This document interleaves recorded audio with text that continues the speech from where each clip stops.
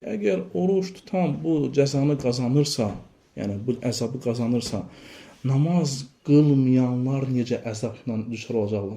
O kəs ki, namazı qılmır, o kəs ki, Allaha səcdə etmir, onların əzabı necə olacaq? Bu isə bu hələ oruç tutur, orucu yarımçıq etməklə bu əzaba düşər olur. O kəs ki, əsla Allaha səcdə etmir, o kəs ki, Allahı deyir, mən Allaha inanıram, amma nədir? Gələndə ki, Allaha ibadət etmək məsələsində Allah sənə əmr edib namaz qılmalı, görürsən ki, Allaha səcdə etmir. Onun isə əzabı şək yoxdur ki, daha şiddətlidir ki, ona görə Allah Subhanahu nə deyir? Mə sələkəkum fi səqar, qalu ləm nəkum minəl musallin.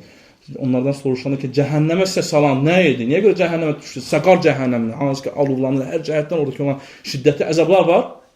Deyir, siz cəhənnəmə salan nə deyir ki, biz namaz qılanlardan deyildik. Ona görə namaz qılmayan kəs özünə bir buradan ibrət götürməlidir ki, və o kəslər ki, hətta namazlarına səhlənkarlıq edirlər. Gəlirəm.